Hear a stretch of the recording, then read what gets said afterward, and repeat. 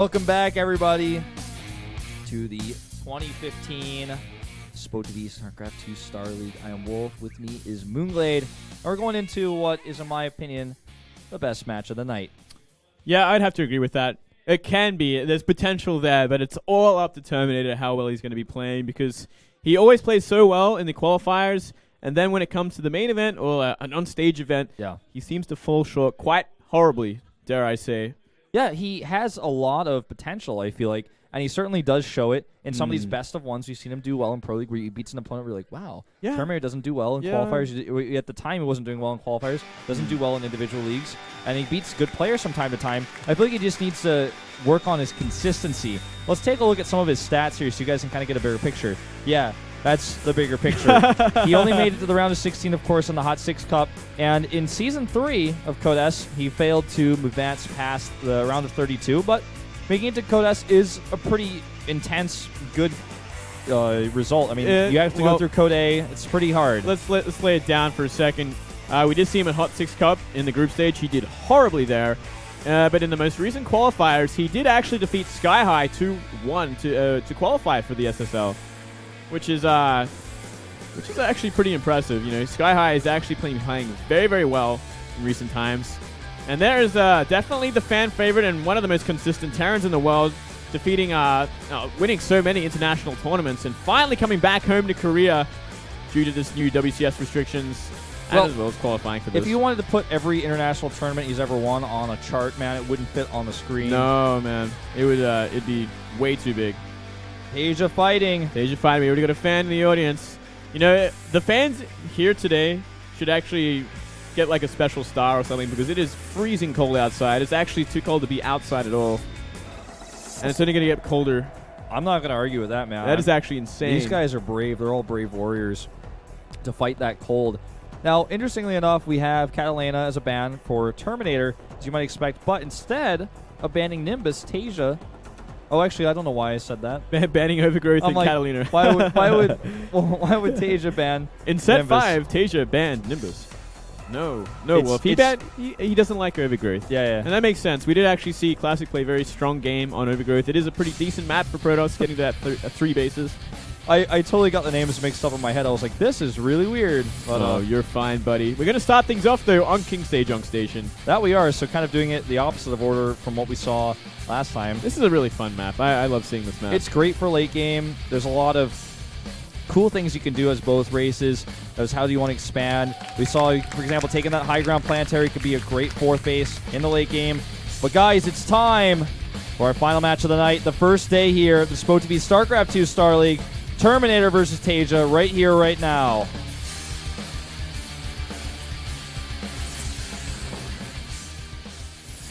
The bottom right.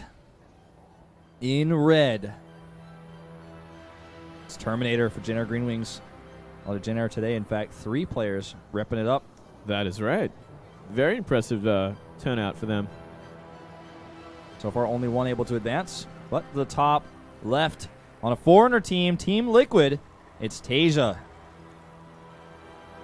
It's so great to see him back on Korean soil to see what he can actually get done. It's been so long, actually, since we've seen him play in Korea. Yeah, he's definitely one of the most internationally traveled Koreans in the scene. Picture of a girl in the audience. Don't be shy. Don't be shy. To just, go back and capture that moment. Post on Facebook. Yeah, I was there on the very first day of the new Starleague. When TaeJa made his stand in Korea once again. When it was like negative 20 degrees outside, and I still showed up. That's commitment right there. Negative 80 wind chill. Moonglade can confirm. Yeah. Infinity, actually. You actually turn to ice when you leave this place. So and Terminator did defeat Sky High, and he did defeat Terra. Yeah, beating Sky High is the bigger accomplishment here, I feel. I don't know, Wolf. Hold on a second, man. Terra. TaeJa, as you can see, beat Oz. Actually, you guys broadcast that match. Yeah. You and Brendan. Oh, that's right. I was watching in that marathon we did. Yeah, you guys cast like 7-hour marathon of qualifiers. Infinity games. So it said Terminator fighting there. Well, it's good to see some fans for Terminator. I mean, he is a good player. He's a great player. He can qualify for these events, which is saying something in itself. He has potential there. It's just he can't tap into it when he gets on stage. He must have nerve issues. Yeah, something That's what like that. what I'm gathering from this. TaeJa, man, he's been on every stage. He's all killed teams, you know, before in the GSTL when he was playing back then. This guy has won so many tournaments. He's played against so many top-tier Korean players who've traveled overseas and just crushed them. This guy seems unbeatable outside of Korea. It only stands to reason that coming back here, he's going to do well.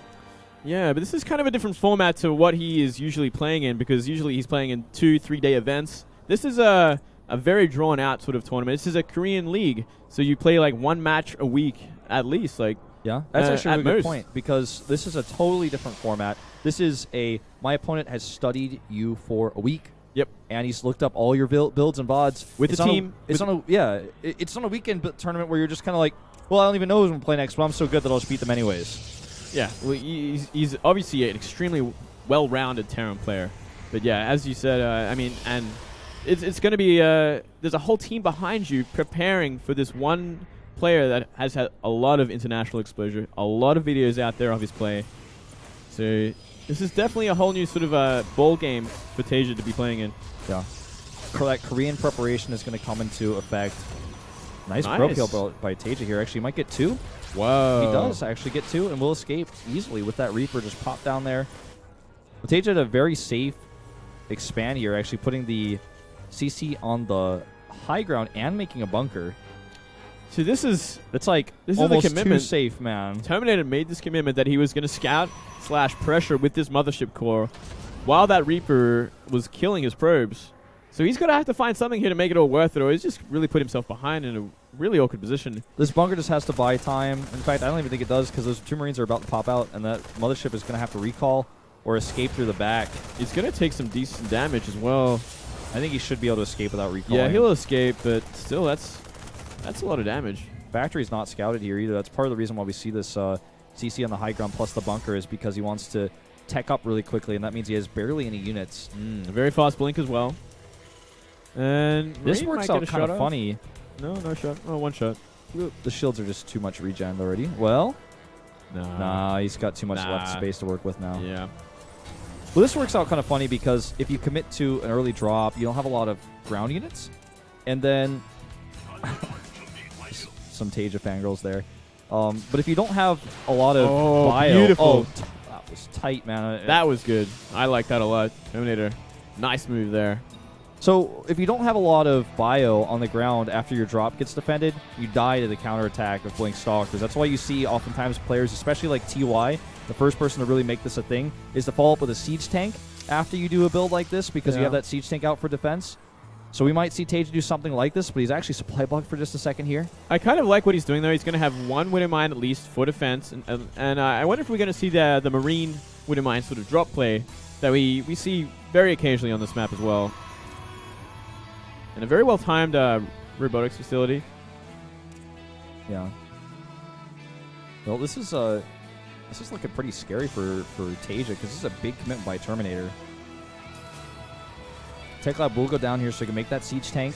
Well, it's not a complete commitment. I mean, it's going to be a lot of pressure, that is for sure. It's going to be 4-gate Blink Stalker, but behind this, he is macroing. He is going into that Robotech, and he will transition out of what he is doing. So there is potential for damage for sure, especially now that that second Widowmine has been removed. And he's going to run into Stalkers. This is bad, man. Blink's about to finish. They actually did finish. With the Robo already allowing him to have that detection, plus the fact that he can just Nexus cannon. Oh, but he got supply blocked as well. That's a supply block on the Observer, so this is going to be it's going to take even longer to clean up if he gets the drop. All right. Observer's on the way now. There's that tank you were talking about. He just needs to pull his probes and bait out the shots. One's going to go into the main base now. Observer's almost ready. Just bait the shot with 1 probe, put the probes back on the line, and just calmly react here. That's all he needs to do. He's actually losing a ton of mining time with those probes. He still hasn't even put them back on at the natural. He absolutely could just trade 1 probe and mine a little bit longer. Maybe some nerves here as he's trying to attack here at the natural. I feel like there was a lot more potential for damage here, but it's been lost. Now the siege tank is ready. Bunker's going up.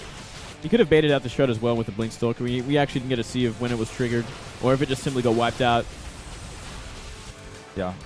second tank being made as well. Yeah, we could just actually for see extra safety. We could see actually a timing from this. Yeah. Probably at the back, sort of natural, where the debris is on the other side of the map. We have seen Terrans do pushes there before.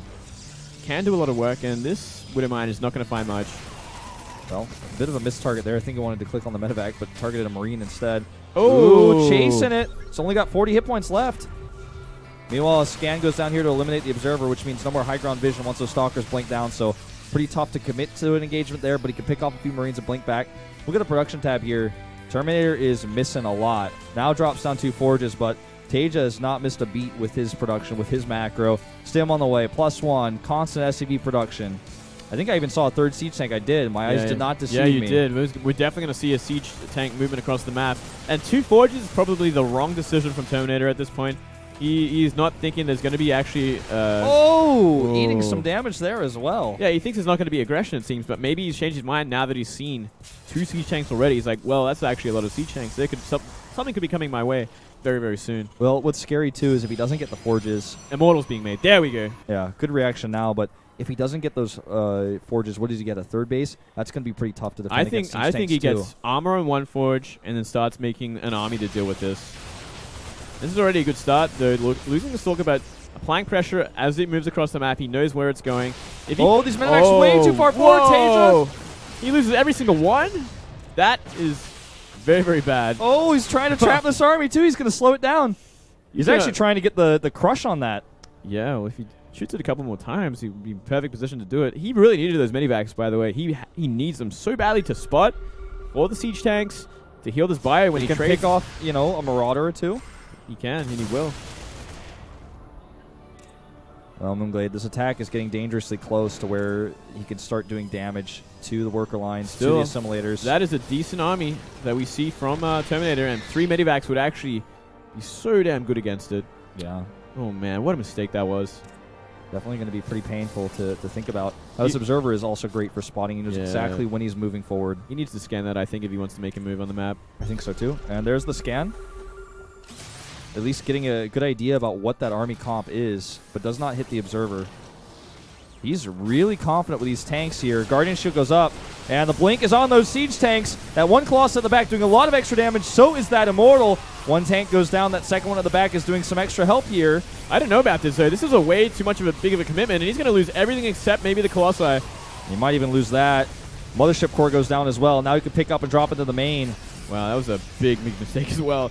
Blink forward onto siege tanks where he didn't see the back siege tanks, and he was tanking everything on the bio. Like, what was funny is he had to have known they were there, right? Because he had the observer. Look at that. He can just stim in and... second Colossi just in time. Just in time, indeed. Would have liked to see a drop here, but again, trading down these Zealots. Already a huge worker lead. Beautiful micro pulling back as well. It looks like he's going to go for the Colossi. Yep. One is going to go down at the very least. Second one, possibly. There's 5. He'll get it. 5 Marauder. He gets it. Oh, wow. Look at that observer juke, man. Observer is hyped, man. He's going to get out of here alive. Look at this. He's not. He's going to... I don't know if Terminator's going to get out of here alive. That's the question now, Moonglade. I don't think he will. This bio is just too much. With no Colossi left, the backbone of the army is gone. This will be unpowered. That means no more third Colossus. Probes are off the line. And TaeJa, look at his smile. He knows he's done it. He knows he's done it. He's already so happy with himself. It's only game 1 of a best of 5. But looking fantastic as always. And it's just a matter of time now until we see GG from Terminator and we move on to the next game. GG. Wow. Well, that was pretty back and forth. A couple of mistakes from both players, but TaeJa still more than enough to end things. Just had to wait for a couple more medivacs. Yeah, waiting for the medevacs. I feel like Terminator really shot himself in the foot there by jumping onto those siege tanks a bit prematurely. I think he was... Honestly, I feel like he was not patient enough. I feel like he could have just waited a little bit longer, waited for his second Colossus to be out, and then take a better engagement defensively. He didn't have a third base that was getting pressured. He had that Colossus tech coming up. That's the advantage he had. And I think waiting for the Colossi there, just being a little bit more patient, would have allowed him a better defense, because it's not like the tanks are going to suddenly get his assimilator, then he's in so much